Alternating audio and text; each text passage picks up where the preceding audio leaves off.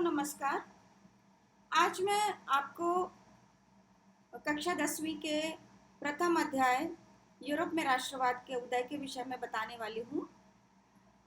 सबसे पहले आपकी पुस्तक में जो फ्रेडरिक सरायू का चित्र दिया है वो निश्चित रूप से एक नए राष्ट्रों के उदय, शासकों के निरंकुश शासन की समाप्ति और एक नई प्रकार की स्वतंत्रता की बात करती है। इसके बाद 19वीं शताब्दी में यूरोपीय उपमहाद्वीप में राष्ट्रवाद की एक लहर सी चल पड़ी थी और जिसका आगाज फ्रांसीसी क्रांति के द्वारा माना जाता है। यूरोपीय देशों का कायाकल्प इस क्रांति के द्वारा हुआ। जर्मनी, इटली, रोमानिया आदि नवनिर्मित देश और कई क्षेत्रीय राज्यों को मिलाकर बने जिनकी राष्ट्रीय पहचान समान थी। सबसे पहले यहाँ पर समझने की बात है कि राष्ट्रवाद है क्या। हम जिस जमीन पर रह रहे हैं वो जमीन, चूंकि हम जन्म से उस स्थान पर रहते हैं, इसलिए उस जमीन के लिए हमारी कुछ उपादेयता बन जाती है, हमारा कुछ धर्म और कर्तव्य बन जाता है। परंतु उसके साथ उस भौगोलिक हिस्से पर वो सभी जो रह रहे हैं वो वहाँ के नागरिक कहलाते हैं और वो जमीन का हिस्सा उनका राष्ट्र कहलाता है।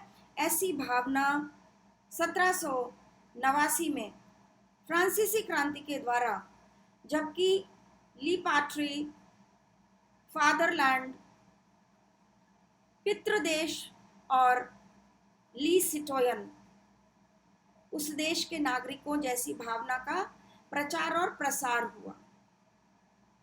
नवनिर्मित देश कई क्षेत्रीय राज्यों को मिलाकर बने जिनकी राष्ट्रीय पहचान एक समान थी। यूनान, पोलैंड, बुल्गारिया आदि स्वतंत्र होकर राष्ट्र राज्य बन गए और राष्ट्रवादी चेतना का उदय यूरोप के में पुनर्जागरण काल से शुरू हो चुका था। लेकिन 1789 की जो फ्रांसीसी क्रांति हुई उसने इस भावना को और भी ज्यादा मजबूत और सशक्त किया। 18वीं शताब्दी में कई देश जैसे जर्मनी, इटली और स्विट्जरलैंड उस रूप में नहीं थे जैसा कि आज हम इन्हें देखते हैं।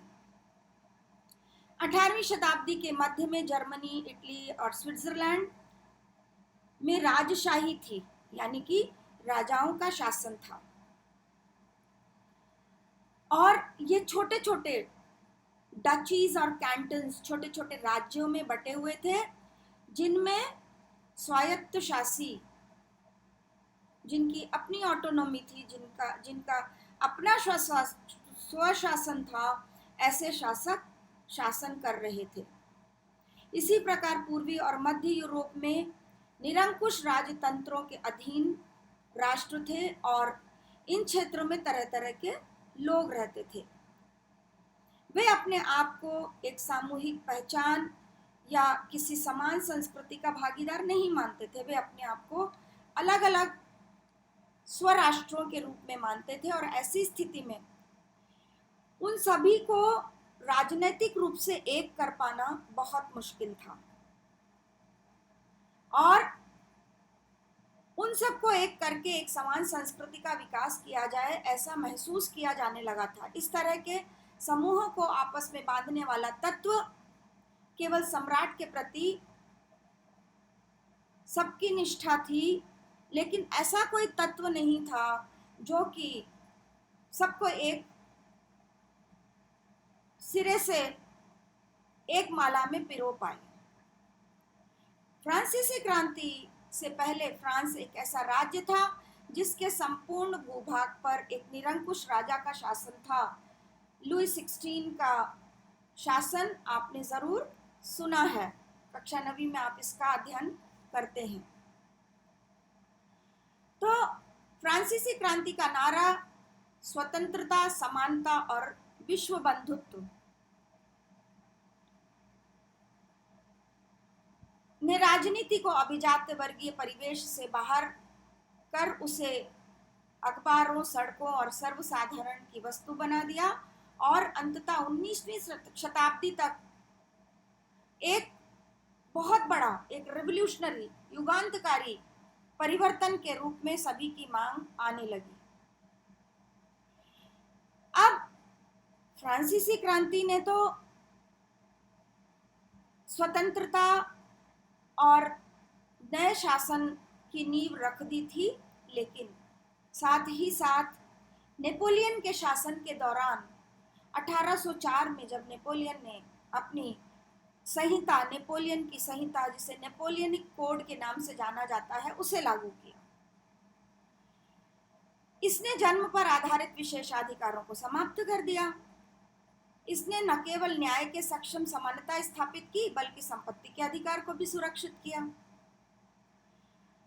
अब यहां तक तो ठीक था, लेकिन 18वीं शताब्दी के अंतिम वर्षों में नेपोलियन ने आक्रमण करने शुरू किए और यूरोप के बहुत सारे देशों के ऊपर कब्जा किया। और एक तरफ तो उसके इस कार्य ने राष्ट्रीय भावनाओं का प्रचार किया, क्योंकि वो एक राष्ट्र से प्रेरित होकर अपने आप को फ्रांसीसी बताकर फ्रांस में विभिन्न राष्ट्रों को मिला रहा था। लेकिन दूसरी ओर एक उत्कट राष्ट्रवादी भावना का प्रचार भी उसके द्वारा किया गया। इटली, पोलैंड, जर्मनी और स्पेन में नेपोलियन ने ही नवयुग का संदेश दिया।